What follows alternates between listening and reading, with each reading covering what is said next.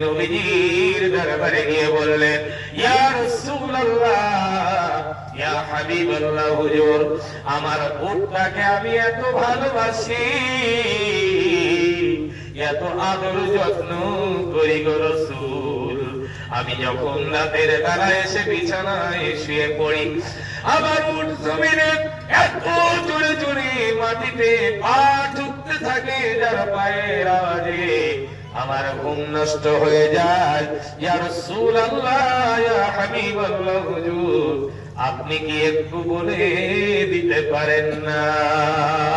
আল্লাহ নবী শোনার পরে বললেন, ও আমার সাহাবী রে, তোমার উটকে আমার সামনে নিয়ে এসো। এরপরে উটকে যখন আনা হলো, আনার পরে দেখলো উটকে সামনে নিয়ে আসা হলো। আমরা যেমন নামাজে বসে যাই, তাসাহুদ অবস্থায় যখন বসে যায়, উট এসে নবীজির দরবারে এসে সামনের পা দুটি মুড়ে রাসূলুল্লাহর সামনে নামাজরত অবস্থায় বসে গেল, মাথা নিচু করে আছে।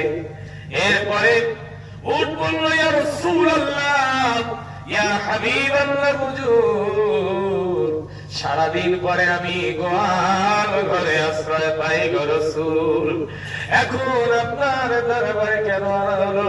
ইয়া রাসূলুল্লাহ, ইয়া হাবিবাল্লাহ, হুজুর বলুন।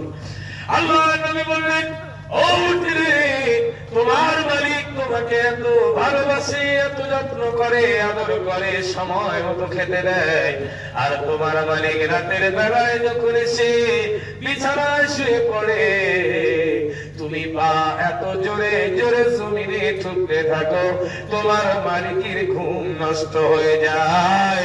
কথাটা কি সত্য বলো? উট বলল, ইয়া রাসূলুল্লাহ, ইয়া হাবিবাল্লাহ, হুজুর, কথাটি সত্য, তবে আজ দেখলাম, আজ কয়েকদিন আমার মালিক বাজার থেকে এসে রাতের বেলায় বিছানায় ঘুমিয়ে পড়ে। ইয়া রাসূলুল্লাহ, ইয়া হাবিবাল্লাহ, হুজুর, আমি দেখলাম আজ কয়েকদিন আমার মালিক এশার নামাজ আদায় করে না গো। এই জন্য আমি জমিনে জোরে জোরে পা ঠুকতে থাকি, আমার পায়ের আওয়াজ শুনে যাতে আমার মালিকের ঘুম ভেঙে যায়, আমার মালিক যাতে উঠে জেগে গিয়ে এশার নামাজ আদায় করতে পারে।